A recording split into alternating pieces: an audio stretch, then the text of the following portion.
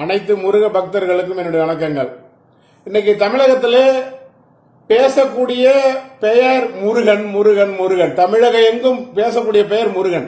ஏன்னா மதுரையில பல லட்சம் பேர் கூடி முருகன் மாநாடு நடத்துவதற்கான ஒரு ஏற்பாடு நடந்துகிட்டு இருக்கு. அதற்கான அழைப்பு அனைத்து பகுதிகளிலும் இன்னைக்கு சென்று கொண்டிருக்கிறது. அதுக்கான பணிகளை செய்து கொண்டிருக்கிறார்கள். ஆனால் எல்லா டிவி விவாதத்திலையும் பாத்தீங்கன்னா இந்த முருகன் மாநாட்டை பத்தி தான் பேசிட்டு இருக்காங்க. சரி, ஆனா அதுல ஒரு மடையர்கள் என்ன சொல்றாங்கன்னா, அறிவு கெட்ட ஜென்மங்கள் என்ன பேசுறாங்கன்னா, நீங்க முருகன் மாநாட்டை உத்தரப்பிரதேச நடத்த வேண்டியதானே, குஜராத்ல நடத்த வேண்டியதானே, பீகார்ல நடத்த வேண்டியதானே அப்படின்னு கேக்குறாங்க. ஆனா அறிவு கெட்ட முண்டமே, இங்க நடத்துறது ஃபுல்லா தமிழர் எப்படி குஜராத்ல நடத்துவாங்க? ஒரு தமிழ் கடவுளுக்கு தமிழகத்துல அது தமிழ் கலாச்சாரம் நிறைந்த மதுரையில நடத்துவதானே பெருமையா இருக்கும். உத்தரப்பிரதேசத்தை எப்படி பெருமையா இருக்கும்? இதுவே சில முண்டங்கள் பேசுறாங்க டிவி விவாதத்தில் உட்காந்துட்டு. நான் அறிவாளி, அறிவு ஜீவி, அவங்கெல்லாம் அறிவு ஜீவின்னு உட்காந்துக்கிட்டு இந்த கேள்வியை கேட்டுட்டு இருக்கு.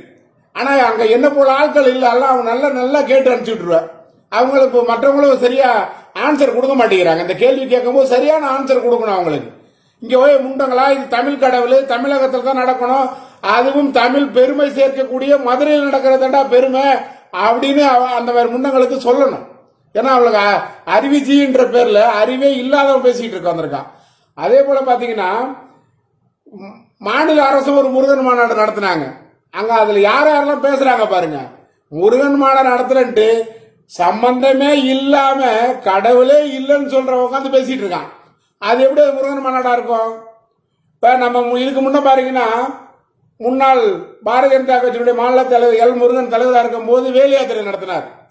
அந்த வேலி யாத்திரை பாரதிய ஜனதா கட்சிக்கு மிகப்பெரிய வெற்றியை தந்தது. ஆனா அதன் பிறகு, அந்த வேலி யாத்திரை நடந்த பிறகு, நம்மளுடைய இப்ப இருக்கிற முதலமைச்சர் அவர் ஒரு வேலத்துக்கு நின்னார். நானும் வேலி யாத்திரை நடத்துறேன். துணை முதலமைச்சர் அவர் ஒரு வேலத்துக்கு நின்னார். ஆனா அதே போல இந்த மாநாடு, முருகன் மாநாடு நடந்து முடிஞ்ச பிறகு பாத்தீங்கன்னா, தமிழகத்திலே பல அரசியல் கட்சிகள் முருகனை வைத்துதான் அரசியல் செய்ய வேண்டிய சூழல் ஏற்படும். ஏன்னா இன்னைக்கு எல்லாருமே அந்த வேலையும் முருகனையும் தூக்க வேண்டிய சூழ்நிலை இன்னைக்கு உருவாகிட்டு இருக்கு.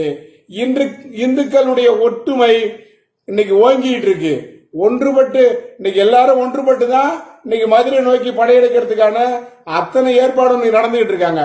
தமிழக அரசு தமிழக வரலாற்றிலேயே இப்படி ஒரு மாநாட தமிழகம் பார்த்திருக்காது. ஏன்னா அப்படி ஒரு ஏற்பாடு நடத்திட்டு இருக்காங்க. அதாவது தமிழக வரலாற்றிலே இவ்வளவு ஒரு பிரம்மாண்டமான ஒரு ஏற்பாடு, இவ்வளவு மக்கள் திரளுவார்களா என்று தமிழக அரசுக்கு மிகப்பெரிய ஒரு அதிர்ச்சியா இருந்துட்டு இருக்கு. உளவுத்துறையெல்லாம் பயந்துட்டு இருக்காங்க.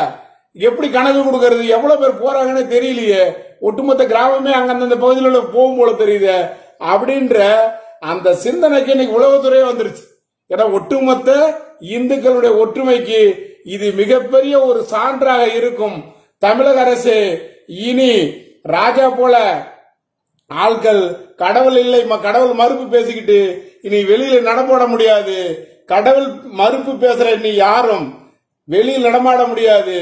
எச்சரிக்கையோடு இனிமேல் இந்துக்கள் ஓட்ட மையமாக வைத்துதான் அரசியல் செய்ய வேண்டும்.